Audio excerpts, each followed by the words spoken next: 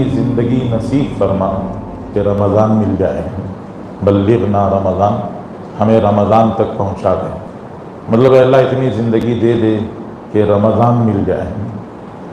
یہ حضرت رسول اللہ صلی اللہ علیہ وسلم کی مسنون معصور دعا ہے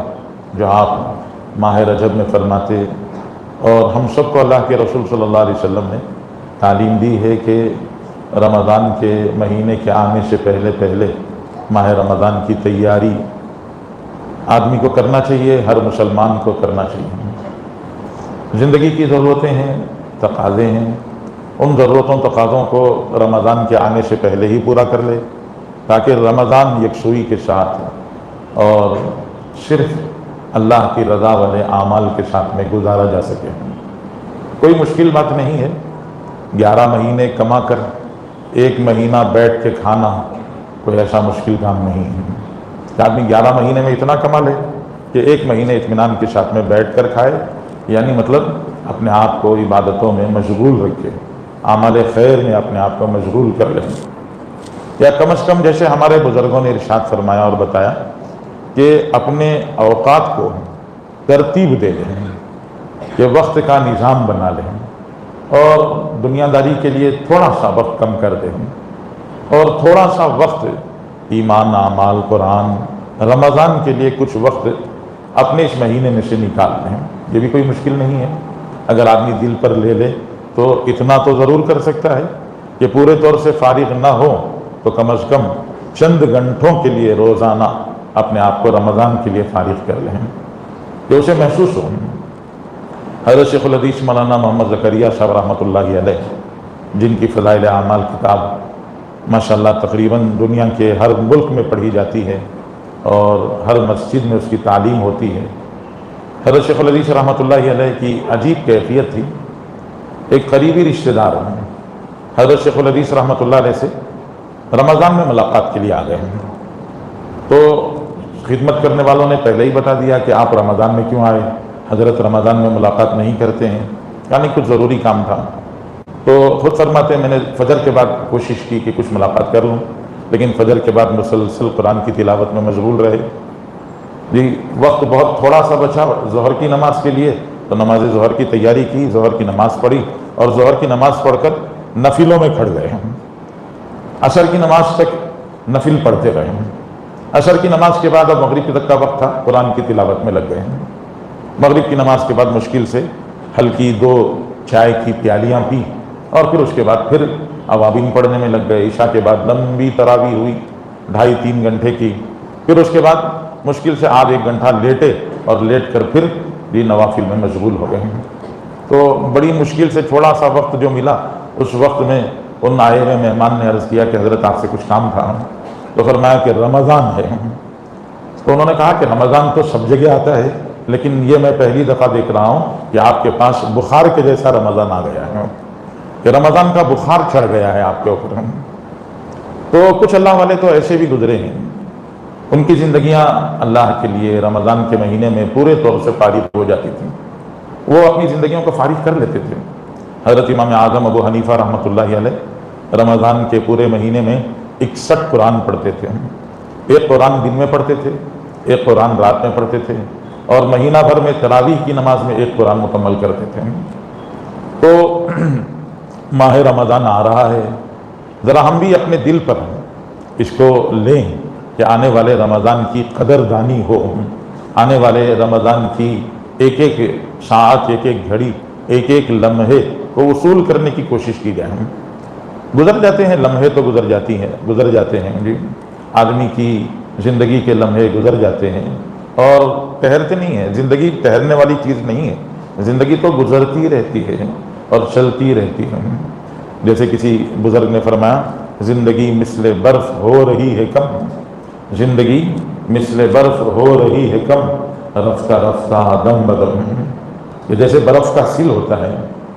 برف کا سل چونکہ بنگلور والوں کو زیادہ استعمال کرنے کا موقع نہیں ملتا، اس لیے برف کے سل کا تجربہ ہم لوگوں کو بہت کم ہے۔ شمالی ریاستوں میں جب سخت گرمی پڑتی ہے تو برف کے بڑے بڑے سل لے کر لوگ گلیوں میں بیچتے ہوئے پھرتے ہیں۔ تو ایک بزرگ تھے، وہ برف کا سل بیچتے تھے، وہ برف کا سل بیچتے ہوئے آواز لگاتے تھے جیسے گلیوں میں سامان بیچنے والے آواز لگاتے ہیں، تو ویسے وہ برف کا سل بیچنے والے آواز لگاتے تھے. وہ کہتے تھے ارحموا علی من یذوب رأس مالہ، ارحموا علی من یذوب رأس مالہ، ارے مہربانی کرو ایسے آدمی پر جس کا کیپٹل بھولا جا رہا ہے. عام طور سے بیپاری وہ کیپٹل بچا کے رکھتا ہے اور منافع میں ہونے والے نقصان کو بھی نقصان سمجھتا ہے. رمضان کا سیزن آ رہا ہے، پہلے ہی سے ایک ٹارگیٹ طے کر لیا جاتا ہے کہ اتنا کمانا ہے. 50,000، میں ایک معمولی سی مثال دے رہا ہوں کہ ایک آدمی نے سوچا کہ مجھے 50,000 کمانا ہے. اس کو 50,000 کے بجائے 30,000 کا اگر منافع ہو جائے تو لوگوں سے یہ نہیں کہتا کہ 30,000 کا منافع ہوا، وہ یہ کہتا ہے کہ 20,000 کا نقصان ہو گیا. حالانکہ نقصان نہیں ہوا ہے، منافع کمایا ہے، لیکن اس نے جو ہدف ٹارگیٹ طے کیا تھا اس ٹارگیٹ سے کم منافع کمایا تو اس کو بھی اپنا نقصان سمجھتا ہے. اور ظاہر بات ہے کہ کیپٹل تو جانے دیا ہی نہیں جا سکتا. برف کا سل بیچنے والا، آپ تصور کریں، اس کا اصل بھی اس کا منافع بھی دونوں اس برف کے سل کے اندر ہیں. وہ برف کا سل بکے گا، اصل بھی نکلے گا، منافع بھی ملے گا. اللہ نہ کرے جی برف کا سل ٹھنڈیوں میں نہیں بیچا جاتا ہے، سخت دھوپ اور گرمی میں بیچا جاتا ہے، اور اس گرمی میں وہ برف کا سل پگھلتا رہتا ہے، اور تھوڑی سی بھی دیر ہوئی تو وہ پگھل کے پانی بن کے نالے میں بہہ جائے گا. تو اگر وہ نالے میں پانی بن کے بہہ گیا تو منافع تو گیا ہی، اصل بھی چلا گیا. اس لیے وہ ایک بزرگ آواز لگا رہے تھے، وہ کہہ رہے تھے ارحموا علی من یذوب رأس مالہ، ارے مہربانی کرو ایسے آدمی پر جس کا کیپٹل سرمایہ اصل بھولا جا رہا ہے کہ اگر تم نہیں خریدو گے تو میرا اصل بھی چلا جائے گا. ایسے ہی ہماری زندگی ہی ہمارا اصل ہے اور ہماری یہ زندگی گھل رہی ہے. جیسے بزرگ نے کہا زندگی مثل برف ہو رہی ہے کم، برف کی طرح سے گھل رہی ہے، اور ایک ایک سیکنڈ، ایک ایک لمحے، ایک ایک منٹ میں گھلتی چلی جا رہی ہے،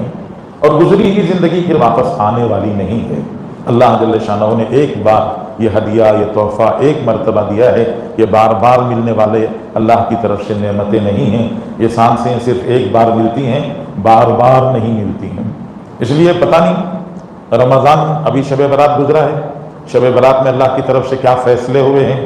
کیا اللہ جل جلالہ والوں نے ہمارے بارے میں طے کیا ہے یہ رمضان ملے گا کہ نہیں ملے گا جی، اور اگر یہ رمضان مل بھی گیا تو اگلا رمضان ملے گا کہ نہیں ملے گا. اللہ کی طرف سے کیا طے ہوا ہے ہمیں تو نہیں معلوم ہے. حدیثوں میں آتا ہے لوگ شادیوں کی تیاریاں کر رہے ہوتے ہیں اور ان کا نام جی موتا مردوں میں لکھا گیا ہوتا ہے کہ وہ شادی کی تیاری کر رہے ہیں اور ان کا نام جو ہے مردوں کی فہرست میں آ جاتا ہے. تو اس لیے آنے والا رمضان، حضرت امام احمد بن حنبل رحمۃ اللہ علیہ نے ارشاد فرمایا نماز میں 3 تبدیلیاں آئی تھیں، ایسے ہی روزوں میں بھی 3 تبدیلیاں آئیں. اللہ جل جلالہ والہ نے 2 ہجری کو رمضان کے روزے فرض فرمائے ہیں. ابتداء رمضان کے روزوں میں حضور پاک صلی اللہ علیہ وسلم ہجرت کر کے مدینہ طیبہ تشریف لائے تو اللہ کے رسول صلی اللہ علیہ وسلم ہر مہینے کے 3 روزے رکھتے تھے اہتمام سے، اور عاشورہ کا روزہ وہ فرض تھا. عاشورہ کا روزہ بہت اہتمام سے حضرت رسول اللہ صلی اللہ علیہ وسلم رکھا کرتے تھے، اور مسلمانوں کے لیے گویا وہ عاشورہ کا روزہ فرض تھا. پھر اللہ تعالیٰ کی طرف سے آیتیں اتری، یا ایھا الذین آمنوا کتب علیکم الصیام کما کتب علی الذین من قبلکم لعلکم تتقون ایاما معدودات. اللہ تعالیٰ نے فرمایا کہ مسلمانوں تمہارے اوپر روزے فرض کیے گئے جیسے پچھلے لوگوں، پچھلی امتوں پر فرض کیے گئے تھے، تو وہ عاشورے کے روزے کی جگہ پر ماہ رمضان کے روزے فرض ہو گئے. رمضان کے روزوں کی فرضیت عائد ہو گئی. لیکن رمضان کے جب ابتداء روزے فرض ہوئے تو ابتداء روزوں کے فرض ہونے کے بعد صرف ایک وقت کھانے کی اجازت تھی، مغرب کے بعد افطار کے وقت پر سونے سے پہلے کھانے کی اجازت تھی. سو جانے کے بعد پھر کھانے کی اجازت نہیں تھی کہ آدمی گویا 24 گھنٹے کا روزہ رکھتا تھا، 24 گھنٹے کے روزے ہوتے تھے، اور افطار کے وقت پر ایک دفعہ لوگ کھاتے تھے، اور وہی گویا سحری بھی ہو جاتی تھی. افطار و سحری ایک ساتھ ہیں. ایک صحابی تھے مزدور قسم کے، مزدوری کرنے والے، محنت مزدوری کر کے زندگی گزارنے والے. وہ محنت مزدوری کر کے کچھ ہلکا پھلکا جی اپنے گھر کا کچھ سامان کھانے پینے کا لے کے آئے. روزہ تھے، انہوں نے لا کے بیوی کو دیا، کہا کچھ بنا لو. بیوی نے جا کر کچھ بنانا تیاری کرنا شروع کی. یہ دن بھر کے تھکے ماندے بیچارے ہیں، یہ آئے ٹیک لگا کے بیٹھے تو نیند لگ گئی، گہری نیند لگ گئی. اب نیند لگنے کے بعد پھر کھانے کی اجازت نہیں تھی. تو ایک دن کا روزہ 24 گھنٹے کا تو گزر ہی چکا تھا، اگلے 24 گھنٹے کا روزہ بھی شروع ہو گیا. روایتوں میں آتا ہے کہ اس کے بعد اور زیادہ تھک گئے اور بہت زیادہ سست نڈھال ہو گئے۔ رسول اللہ صلی اللہ علیہ وسلم کے پاس آئے، اللہ کے نبی صلی اللہ علیہ وسلم سے اپنا حال سنایا کہ اللہ کے رسول ایک دن کا تو روزہ گزرا ہی، اگلے دن ایسا واقعہ پیش آیا تو مجھے 48 گھنٹے، بعض روایتوں میں 3 دن کی روایت بھی آتی ہے کہ 2 دن ایسے ہی گزر گئے، تو گویا تقریباً 72 گھنٹے مجھے بنا کھائے ہوئے گزر چکے ہیں۔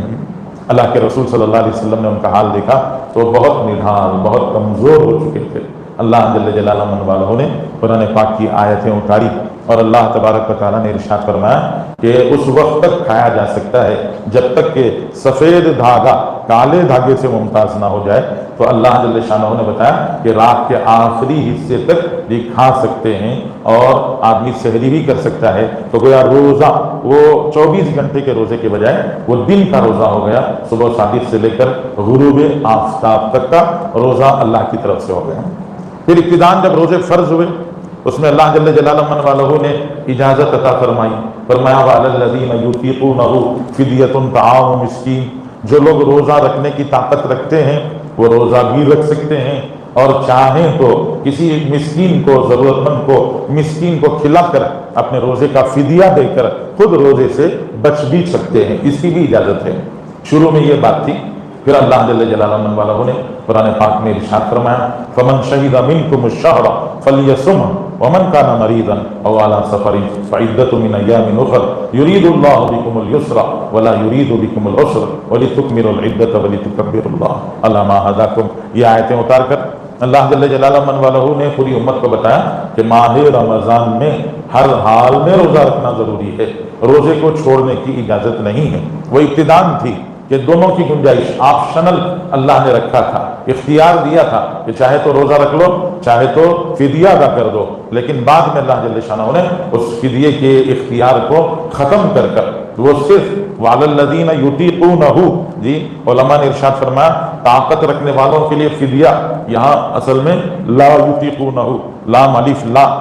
یہاں چھپا ہوا ہے، مطلب یہ کہ وہ لوگ جو روزہ رکھنے کی طاقت نہیں رکھتے ہیں ان کے لیے اس بات کی گنجائش اب بھی ہے کہ عمر بہت زیادہ ہو گئی، بیماری ایسی سخت ہو گئی کہ پھر صحت کے ہونے کی امید نہیں ہے، پھر طبیعت کے سنبھلنے کا کوئی اندازہ نہیں ہے، تو ایسے لوگوں کے لیے جو معمر ہوں، جو شیخ فانی کہتے ہیں، یہ بڑی عمر ہو چکی ہو اور طاقت اتنی کمزور ہو چکی ہو کہ روزہ نہیں رکھ سکتے اور آگے روزے کے قضا کرنے کی امید بھی نہیں ہے، تو ان دونوں صورتوں میں ان کو اللہ جل شانہ نے اجازت عطا فرمائی کہ وہ بجائے روزہ رکھنے کے فدیہ ادا کر سکتے ہیں، ورنہ پوری امت کے لیے تمام مسلمانوں کو اللہ جل شانہ نے ایک حکم کے تحت لا لیا اور فرمایا فَمَنْ شَهِدَ مِنْكُمُ الشَّهْرَ فَلْيَصُمْهُ، ہر مسلمان کو روزہ رکھنا چاہیے۔ ہاں 2 لوگ مستثنیٰ ہیں، ان کو یہ اختیار ہے چاہے تو روزہ رکھیں چاہے بعد میں قضا کر لیں، وہ مسافر ہیں اور بیمار ہیں۔ بیمار اور مسافر کے لیے اللہ کی طرف سے اجازت ملی کہ روزہ رکھیں بہتر ہے، اس لیے کہ ماحول میں روزہ رکھنا آسان ہوتا ہے، ماحول کے بغیر روزہ رکھنا بڑا مشکل ہوتا ہے۔ عورتوں کے روزے چھوٹ جاتے ہیں اور بیچاریاں آج رکھیں گے کل رکھیں گے، آج رکھیں گے کل رکھیں گے، اسی خیال میں سال کے سال گزرتے چلے جاتے ہیں اور ان کے روزے سال ہا سال کے باقی رہ جاتے ہیں۔ اس لیے خواتین کو بھی چاہیے، عورتوں کو بھی چاہیے آپ ان تک پیغام پہنچائیں کہ رمضان کے 3 روزے 5 روزے 7 روزے چھوٹ جائیں تو رمضان کے فوراً بعد جو ستۃ شوال ہے، شوال کے 6 روزے ہیں ان میں رکھ لیں، جتنا جلدی ہو سکے اتنا جلدی رکھ لیں، ورنہ 10 سال کے 60 روزے ہو جاتے ہیں،